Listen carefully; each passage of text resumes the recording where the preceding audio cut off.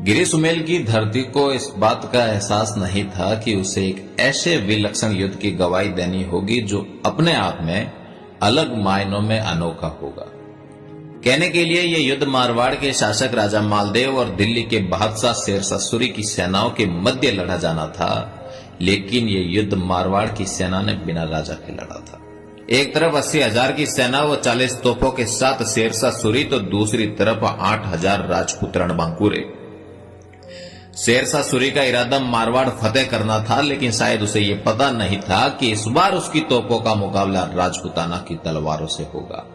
इन तलवारों के बारे में कहा जाता है कि एक बार तलवार मयान से निकली तो ये दुश्मनों का सिर काटकर ही मयान में जाती है, अन्यथा वीर योद्धाओं के साथ सदैव सदैव के लिए मातृभूमि की गोद में फना हो जाती है।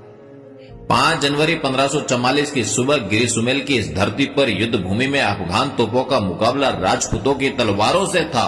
राजपूताना के वीर तूफान बनकर शेरशाह की सेना को वैसे समाप्त कर रहे थे जैसे कोई जल जला बड़े जंगल को जलाकर रख देता है।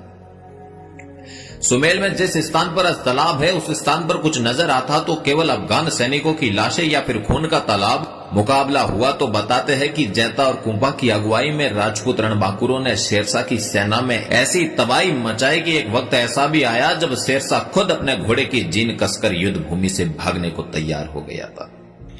इस युद्ध में जीत भले ही शेरशाह सूरी की हुई हो, लेकिन इतिहास में जैता जी, कुंपा जी, पंचायण जी, खींवकरण जी, अखिरराव जी सोनगरा, अखिरराव जी देवड़ा जैसे हजारों वीरों की वीरता हमेशा हमेशा के लिए अमर हो गई। एक बार फिर सिद्ध हो गया था कि राजपूत पैदा ही शहादत देने के लिए होते हैं। ये एक ऐसा युद्ध था जिसने दिल्ली ही नहीं बल्कि पूरे हिंदुस्तान में ये मुनादी करा दी थी कि संख्या के बल के आधार पर राजपूतों से युद्ध नहीं जीता जा सकता।